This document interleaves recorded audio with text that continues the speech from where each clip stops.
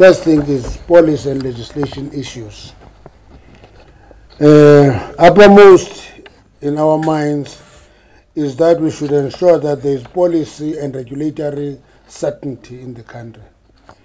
Because if we don't have that certainty, everybody is in doubt. In this regard, we need to see finality with regards to the mining charter and the Mineral and Petroleum Resource Development Amendment Bill, with the aim of improving investor confidence. The long-term objective must be captured in the vision for the industry.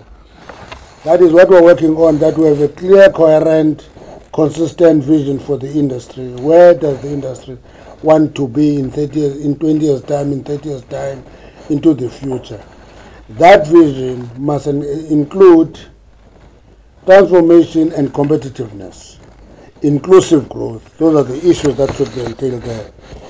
To ensure progress on the charter, this past weekend, we met with the representatives of organized business, organized labor, invited members of the portfolio committee, and this marked the start of an ongoing and frank dialogue between us and the relevant role players regarding the finalization of the mining charter and other important issues pertaining to the growth competitiveness of the industry. The meeting, which was robust and open, recognized that there was a lack of consultation and engagement between the industry and the ministry and the department in the past.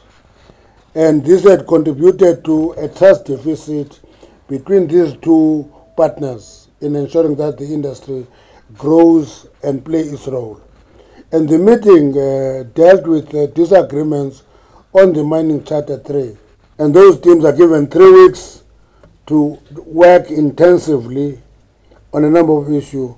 One will focus on transformation in the mining charter. The other one will engage on issues of growth and competitiveness. And these teams will report in 3 weeks' time.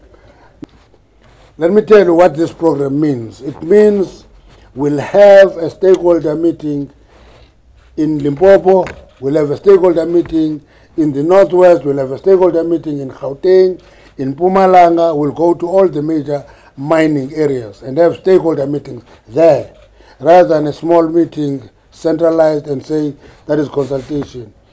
It will not be rallies, it will not be public meetings, it will be meeting of stakeholders in those areas. And we'll also go to the major labor sending areas where there is a concentration of mine workers, because when we talk of improving and developing communities, it is not only where the mine is located, it should also mean where the labor is sourced from. The MPRDA is already in the NCOP. We're hoping that it will be finalized sooner than later and be promulgated. The business rescue practitioners have agreed and indicated that these assets are still good assets, which can be viable, mined by other operators. So that process is underway. We're keeping a close watch on it. As a regulator, we don't want to run it, because one of the things that we want to ensure doesn't happen is where, as the ministry or the department, we begin to appoint who should do what without following due processes. We must follow due process and select operators there. We've also appeared before the Parliamentary Portfolio Committee to provide it with a progress report on this matter. We have also indicated our openness to cooperate with Parliament through its committee. This is important to ensure Parliament oversight of our work and our accountability to it. Our aim is to find solutions that will keep the operations open and protect jobs. The majority of senior managers are acting this, acting chief director, acting this. And we said we must address that issue, confirm people to position, so that the staff morale can be uplifted.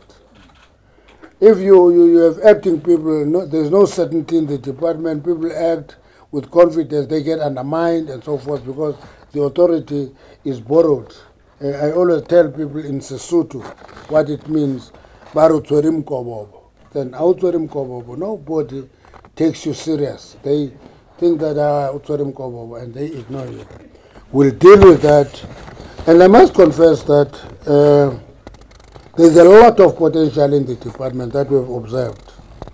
And also the ability to overcome past and present challenges. A lot of department, a lot of talent. We must just go and take that talent, polish it, deploy it appropriately. We will therefore delve into the allegations of corruption and manipulation.